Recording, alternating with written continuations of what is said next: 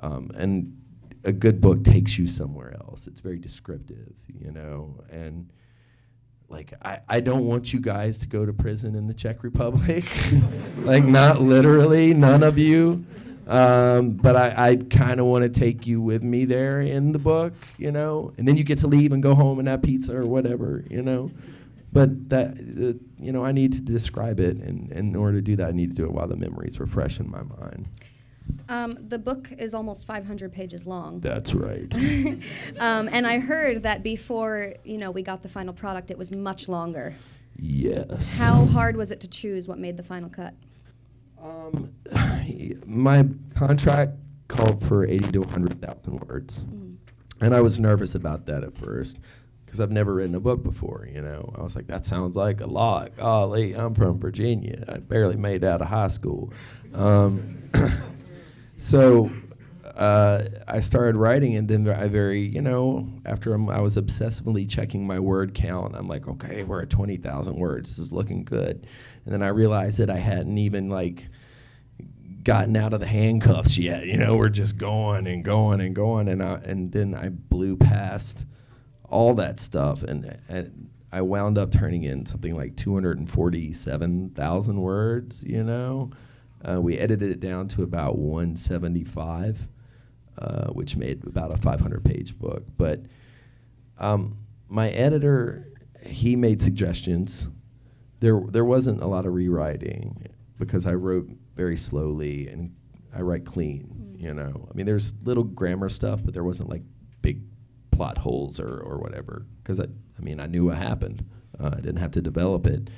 It was hard, man. You know, I think it's erroneously attributed to Tennessee Williams and Faulkner, I think, or whoever the author of the moment is, that they want to attribute this to. They say you must be willing to kill your darlings, murder your darlings, meaning you have to let go of stuff you think is so important because you've lost perspective, you know. And I knew that saying, and I knew that feeling from being in a band already, because I'm in a band with 5 dudes. We all have 5 different ideas. Mine are right, of course, about what music should be like, right? So when someone works on a song, when I work on a song and I've listened to it a certain way and I want it this way and I just know that that's right, the other people in that band might listen to it and they're like, no, that's not good enough. And even though you are so familiar with it, we call it having demo-itis. You know, you've demoed it yourself so much that you think it's the greatest, but in fact it's not. You're a lot better off if you let someone else look at it. So I think I had a little bit easier than most first-time authors would with like letting my editor hack away some, because I'm used to the winnowing process from being a songwriter. However, it hurt because you know, like whole chapters are gone, and I'm like, that was literally 2 months of my life I spent writing that. Poof. And it's gone. Like, screw you, that's not good enough. And I'm like, oh, my life, you know, it's killing me. You know, it's part of the job, you know. So the book is broken up into 3 parts. That's right. Did you have an outline when you were writing, or did you just kind of cathartically get it all out? There was no cathartic anything. No. Writing the whole thing sucked. Yeah. It was not a emotional release to relive this crap, you know. It sucked. I had already come to terms with what had happened to me before, you know, I sat down to write this book. The fact that it's in 3 parts was just suggested by my editor. I wrote it like in order, naturally, you know, it just came naturally. The structure of the book was provided by the events that I went through. And it goes back and forth a couple of times, but that's also like me. As you might be able to tell, I like go over here, and eventually, hopefully, I get around to answering your question, which is that it was pretty easy, naturally, and in the 3 different parts. They're just chronological. What was the turning point in your life that made you decide to get sober? Man, it's weird. Oh, man. I shouldn't do this. Anybody else in here ever had a drinking problem? Anyone? Did anyone ever stop? Anyone? Yeah. Okay. Most people, when they stop, like, it's entirely individual. Some people hit bottom because they wake up in jail, because their wife has left them, because they don't have any money left, because they lost a job, or because they just can't take it anymore, you know. When I woke up, I wrote about this in my book. I wrote about the last night I drank and the first day of sobriety. I woke up, I was on tour, I was in Australia. I was opening up for the biggest band in metal in the world, ever in the history of metal. I was in a beautiful place.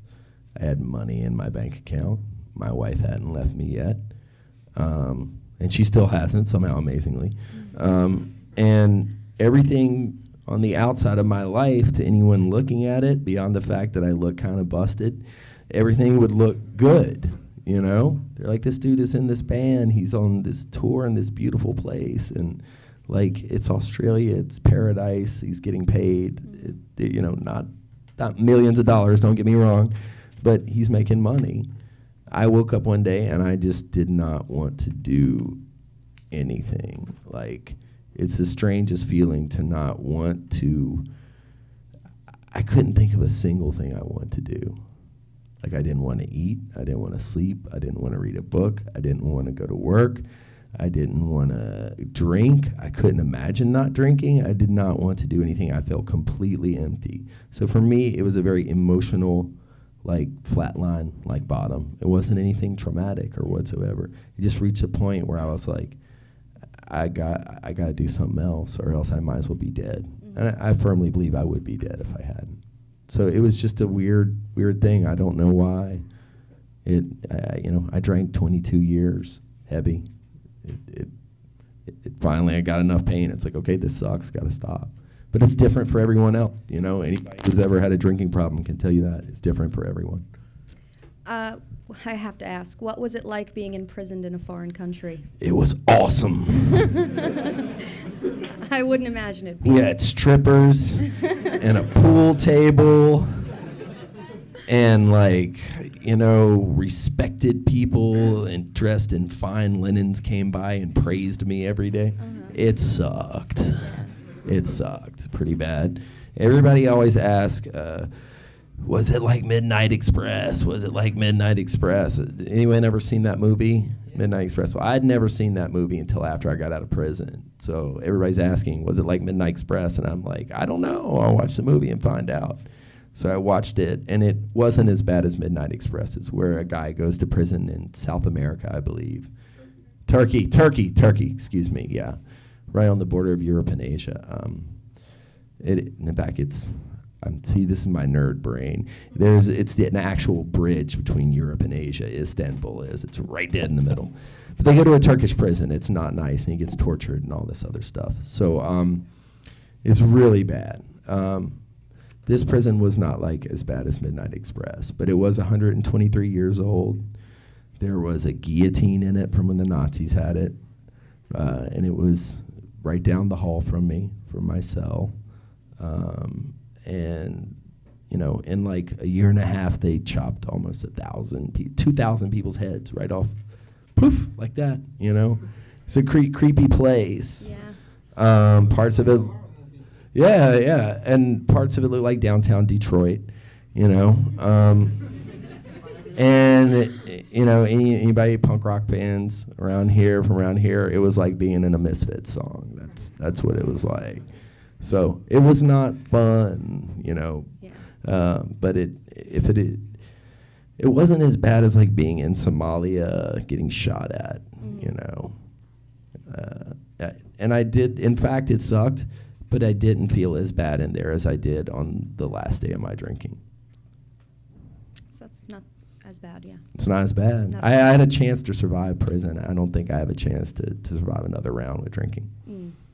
Did you meet anybody in prison that had an effect on you? Do you still keep in touch with them? Oh, man. One of my cellmates, I write about him in the book. I reached out to him. His name was Ganbold. He was kind of a businessman. He did not belong in there. He kind of got screwed over, I think, in some sort of weird business deal. He was released. He's still in Prague. And he had been alone. He had been divorced for like 10 years. And his son was like, you got to get a girlfriend, Dad. This isn't normal for you to be alone this long. And he's like, okay. And finally, after 10 years of being alone, he gets a girlfriend, right? And she's awesome. So he's like this 45-year-old businessman dude. He's all in love for the first time in 10 years. Blam, he goes to prison with me. So he spends the whole time in there mooning over this chick. It was like a 15-year-old, It's like... oh, and I'm like, dude, we're in prison. You're worried about this girl you're dating? He's like, oh, writing her love letters and all this stuff. So I did get up with him about a year ago, and he sent me a picture of him and his girlfriend. I was like, yes, they made it, But a lot of the other guys, these people didn't speak English, and it's not like they had email addresses. Mm-hmm. It's not like I Facebook them. Hey, bro, how you doing? How's, tier 3? It's not like that. A lot of them are still doing time. Mm-hmm. In the book, you talk about a fan that met you at the airport Leah. After you were released. How important was your support system to you in this whole ordeal? Yeah, that's kind your of... fans, your family. It's huge. Yeah. Huge. That was the biggest worry I had, number one, when I saw my wife came and visited me once when I was in prison because she was really mad at me. No, I'm just joking. It's because you could only visit like once a month. So she came to visit, and I asked her, I'm like, how's my family dealing with this? And she's like, they're so supportive of you. I'm like, okay. That was what I was really worried about, is that they would be... I knew they'd have my back, but it's just nice to hear. Yeah. And then when I got out, the amount of support was really overwhelming, and it turned into at the end financial support, which kept my band from going bankrupt. I had 6 lawyers, all billing at the same time. Mm-hmm. That's a lot of money. Yeah. And so fans donated money. They made T-shirts. My friend Jamie Josta from Hatebreed made T-shirts and sold them. We had an online auction of old Lamb of God stuff. Fans bought it. So we were able to keep afloat. We're a business. It doesn't sound romantic. Everybody thinks a rock band is like a great big party all the time, but we're a business. We employ people, and you got to keep the wheels lubricated with money. And so we never went bankrupt, but we didn't have any money. If it hadn't been for everybody that helped out, I don't know what would happen. I don't know what would happen to a normal person in my situation. Mm-hmm. My bail was almost $500,000.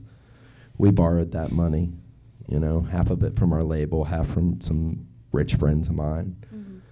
Do you guys know anyone you can just call and say, can you loan me $500,000? It's very it's a special thing, it's a special thing, so I was very lucky in that sense, and I realized that, so I'm really grateful to everybody that helped out. You're a reader. What kind of I am. What kind of books do you like to read, and what are you currently reading now? What am I currently reading right now? What I like to read all sorts of things, but yesterday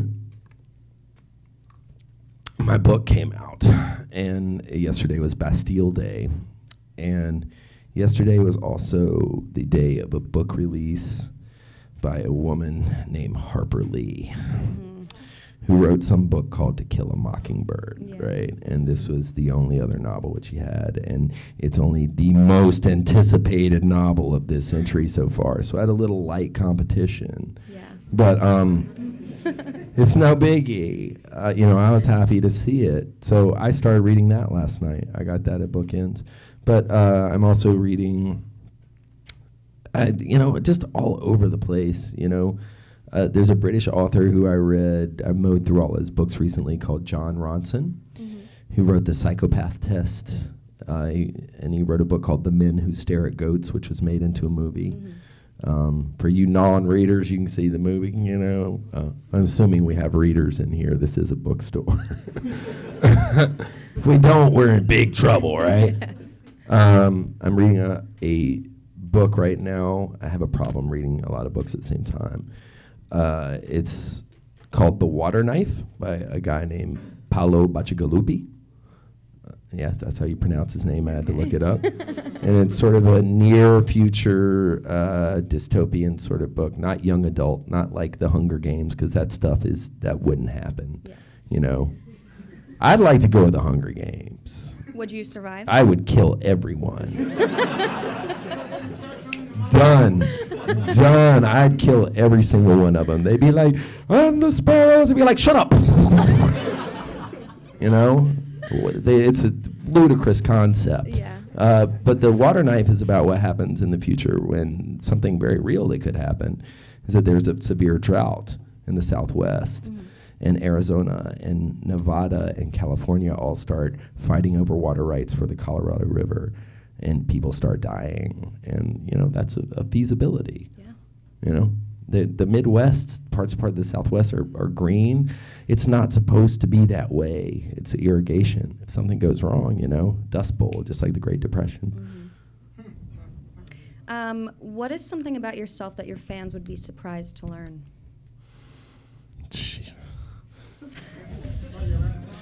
I don't think anybody would really be surprised if they know me by much. It'd be like, oh, that's something else weird about him. I don't know if it's surprising. I don't know that that I will watch a chick flick by myself, not just with my wife. I'll watch a chick flick on an airplane, you know. Okay, well, I or with you, maybe, you know, maybe. I don't know. You know, I don't know. All right, maybe later. Can we cry? Sure. So now, did you enjoy this whole process of writing your book, and can we expect another in the future? No, I hated writing this book. It really was painful, I'll be honest, but I enjoyed the fact that I learned a lot about the book writing process. I learned that I somehow have the discipline to sit down and face the blank page every day. Because the writing is not the hard part. It's making yourself sit down to write for me. Just making yourself sit down. I've never done so much housework in my life to avoid, I'm going to do the dishes again. I'm going to wash windows. I've never washed a window in my life, I did all of them of my own free will. I'm vacuuming, maybe I should go get some more fabric softener or something. And then eventually you make yourself sit down and write. Yeah. So, no, this book was not fun to write because of the subject matter. But I will have a lot of fun writing my next book. Because if something bad happens to someone, it won't be me. Well, we're looking forward to it. Thank you so much. Thank you for having me. Thank you, everybody.